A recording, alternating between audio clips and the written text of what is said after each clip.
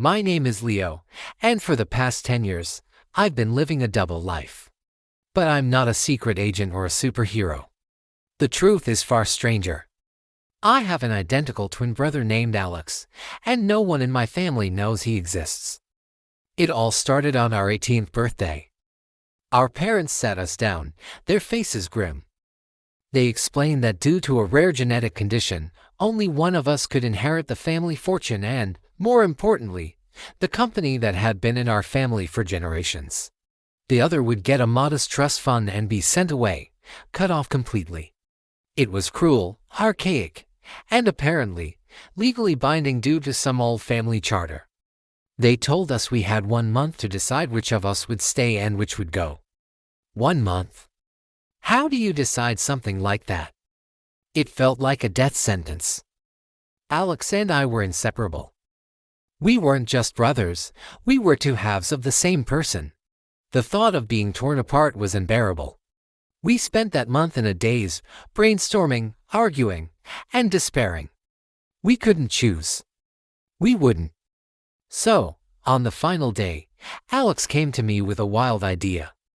He said, "What if neither of us leaves? What if we just become one person?" At first, I thought he was crazy.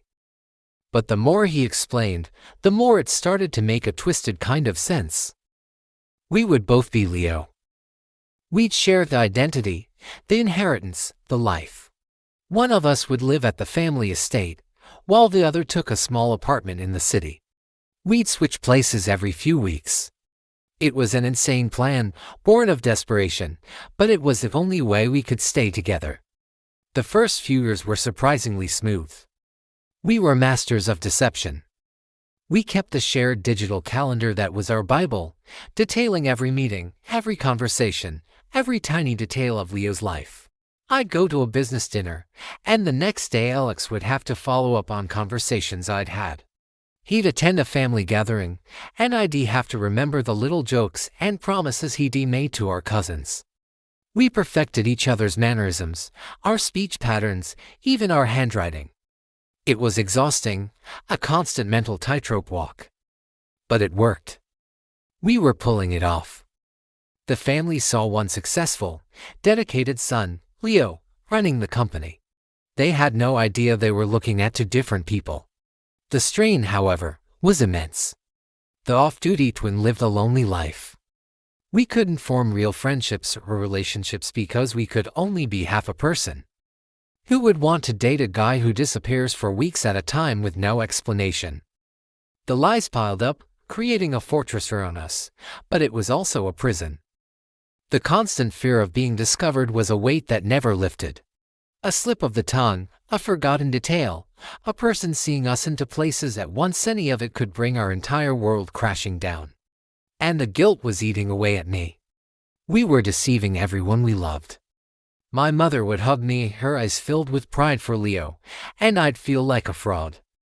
Then came Clara. She was a new designer at the company, brilliant, funny, and she saw something in Leo that no one else did. I was the one who met her first. We connected instantly during a project meeting. Her passion for her work mirrored my own, or rather, Alex's and mine. I found myself wanting to spend more time with her, not just as the boss, but as me. The problem was, Leo was a shared identity. When it was Alex's turn to be Leo, he had to interact with her too. At first, it was just work. But soon, I could tell from our daily debriefs that Alex was falling for her as well. It became our biggest conflict. Our phone calls, once purely logistical, turned into tense arguments. "You spent too much time talking to her today," I'd accuse. "She asked me about the movie we supposedly watched last weekend. I had to cover for you," he'd shoot back. We were both in love with the same woman, and she only knew one of us, a man who didn't truly exist. I realized our plan was not just a deception, it was a trap. We were no longer two brothers helping each other survive. We were rivals, fighting over a life that wasn't even real. The jealousy was corrosive, destroying the very bond we had fought so hard to protect.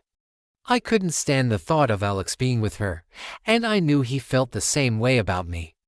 The breaking point came during the company's annual gala. It was my week as Leo. I had been looking forward to it for months, planning to finally tell Clara how I felt. I was standing with her by the terrace, the city lights twinkling below. The moment felt perfect. I took a deep breath and started to speak, but she cut me off. "Leo," she said, her voice soft, "there's something I've noticed. Sometimes, you seem like a completely different person. One day you're reserved and thoughtful, the next you're outgoing and spontaneous. It's like there are two of you." My blood ran cold. She saw it. She saw through the act. Before I could respond, my phone buzzed. It was a text from Alex. "I'm here.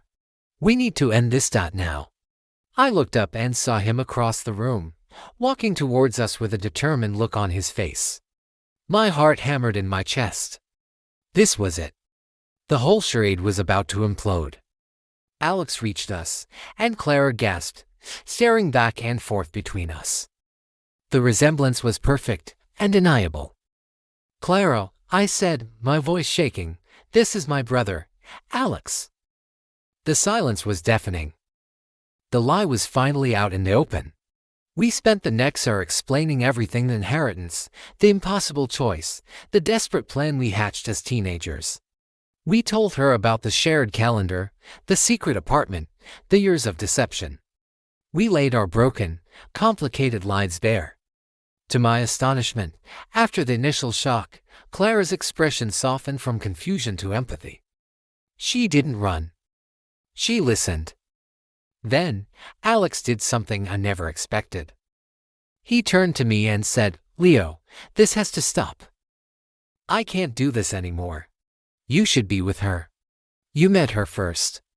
You deserve to be happy." He was willing to give it all up: Clara, the company, the life we built for me. In that moment, all the jealousy and resentment I'd felt washed away, replaced by the overwhelming love I had for my brother. "No," I replied, my voice thick with emotion. "We started this together, and we'll end it together." We turned to face our family, who had gathered around, drawn by the commotion. We told them everything. The anger and betrayal on their faces were hard to watch, but for the first time in a decade, I felt free. The truth was devastating, but it was real. The aftermath was messy. Our parents were furious, not just about the deception, but about the cruel choice they had forced upon us. It turns out, that old family charter had a loophole they'd chosen to ignore. The legal battle was draining, but with Clara's support, Alex and I faced it together. We ended up splitting the inheritance and restructuring the company to be co-managed. We lost the trust of some family members, perhaps forever. But we regained something far more valuable: ourselves. And Clara? She chose neither of us, and both of us. She chose to be friends with two separate, whole people. She helped us rediscover who we were as individuals. Alex found a passion for sustainable architecture, and I focused on the creative side of the business. We are still rebuilding, but we are doing it as brothers, side by side, with no more secrets. We learned that no inheritance is worth sacrificing your identity and the bond you share with the one person and who has always been in your corner.